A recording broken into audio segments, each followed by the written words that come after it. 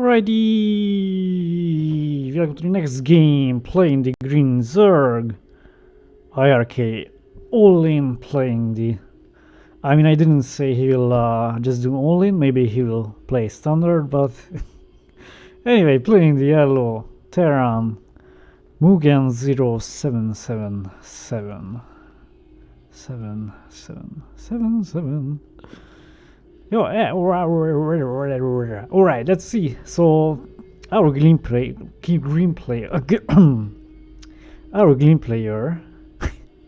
is all-in. I mean, yeah, it's a nice strategy. I mean, you can sometimes do some crazy all-ins. You can just create interesting names on StarCraft, and play some games in which you go for all-ins. I mean, you don't go for the green player, but just do some crazy stuff. But seems that standard opening by him, and relatively quick guess, very quick guess. Yeah, so seems that yellow is going for some fast tech here, and well, what's important to highlight is that teal picked Zerg. So this is not an RVR, this is a RV Zerg, RVZ, and yellow knew that. So basically, he has this advantage of knowing what the enemy is exactly as regards race goes. So he opened up with a quick refinery and most probably will go on with fast tanks.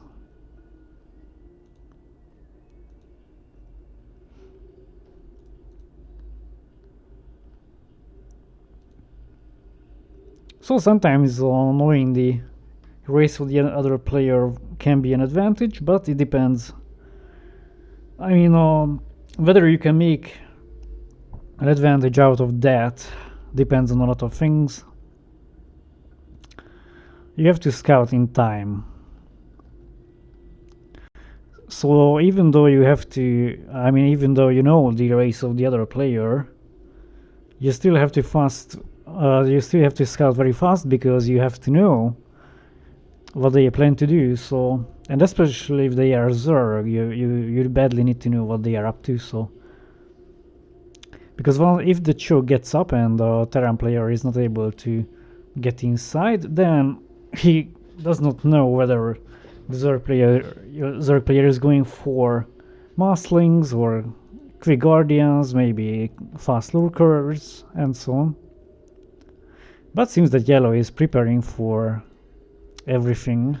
He started his starport right after the factory, so he'll have fast detection. But it seems he's going for quick rates, so double starport there, which is a nice option. This works quite well against Zerg. So this is a thing yellow might not be able to do, or wouldn't be able to do, without knowing the race of the other player.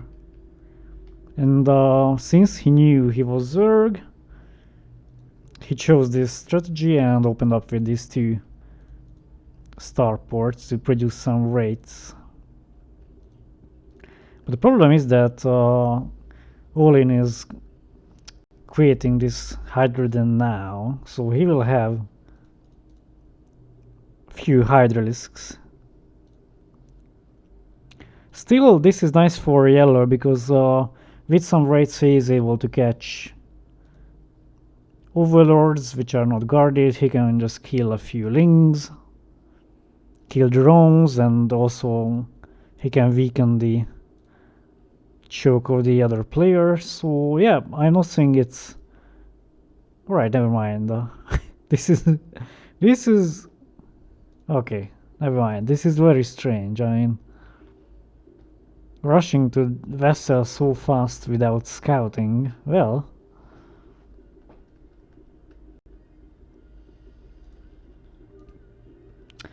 okay, well, he will have detection against lurkers, it's fine, but Yeah, he doesn't know anything about the other player. Alright, drop. So these two starports were not for quick raids, but for vessels and drops. So let's find out how this drop goes. No detection yet on the map for Teal. He's just sending an overlord. I know it. I am a magician. I know it. And let's see. Yeah, there it goes. Anyways, this dropship now arriving, and 2 hydras are sent up. 4 hydras are sent up, and let's see. The tank is, oh my god, 1 tank is unloaded here, which is a bit bad for him, but anyway, at least he managed to buy some time, and he shot a few drones. But most of them survived this attack. Nice dodge there by Ollin.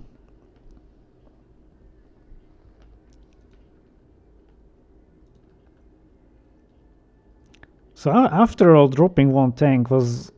I'm not sure if he planned it or not. If he planned that, then... Okay, well, it served as a... how to say this? As a defense, as a shield. It served as a shield for this other tank, because the hydras started to attack that tank, and in the background the other tank was able to shoot.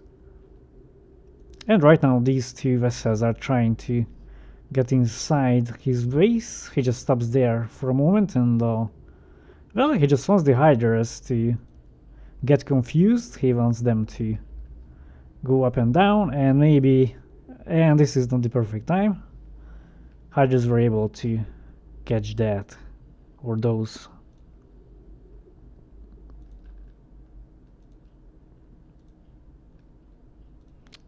So Queen's Nest, and yeah, we will see this. We'll see the hive going up anytime soon, and once lurkers under are, so once swarm is available for lurkers, game becomes very hard for the Terran player, who is just massing on vessels and adding a few marines. And right now these vessels got bored and they decide to die anyways. Or not. That was... Well, yeah, 1 survived, but 1 died, yeah. He got bored of this, I mean, come on. Well, it was just a nice move, because the hydras got distracted and these 2 other vessels from the bottom managed to enter the base, but the barrow word out. Well, for green, who managed to save the drones but forgot to... Okay. Well, yeah, just wanted to say that he still had drones there under the living ones. So this extra irradiate is now... they killed the hydra. That was nice. No, you won't infect us. You won't irradiate us, man. You die, you little cunt. So 1 vessel went down, and no more vessels available for yellow. 1 is just flying back to his base, and he's just adding some more. He's replenishing vessels, and to be honest, he's a bit slow with the attack. I mean, you cannot let Zer grow and get to hive.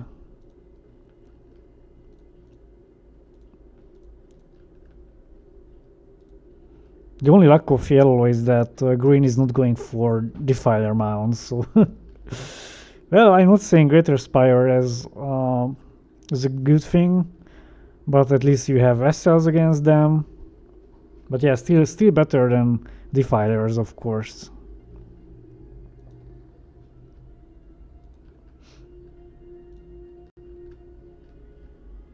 Scout scanner is off and scouts this section of the map, and he doesn't really see.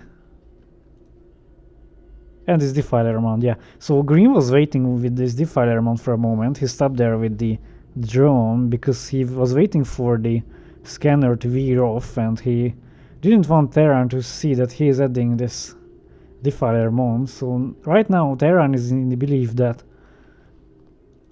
only Greater Spiral is available for green.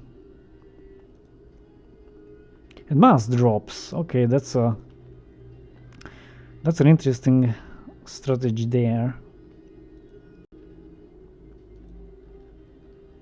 It's a bit hard when the Zerg player is not harassed. They don't have to protect the choke, and they can just have hydras all around the place. So drops are rather they are more effective when the choke is being attacked, being harassed, because the Zerg player has to have something here to defend, and those times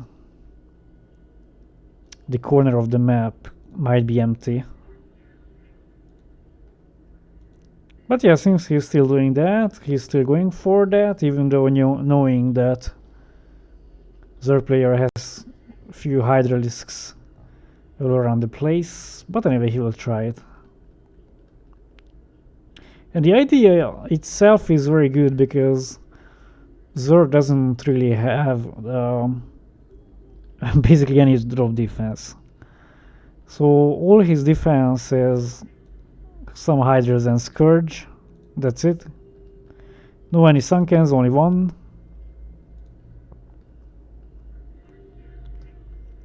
So if he manages to surpass the Hydras, then of course the drop might work out. So right now this raid is trying to clear a few Overlords.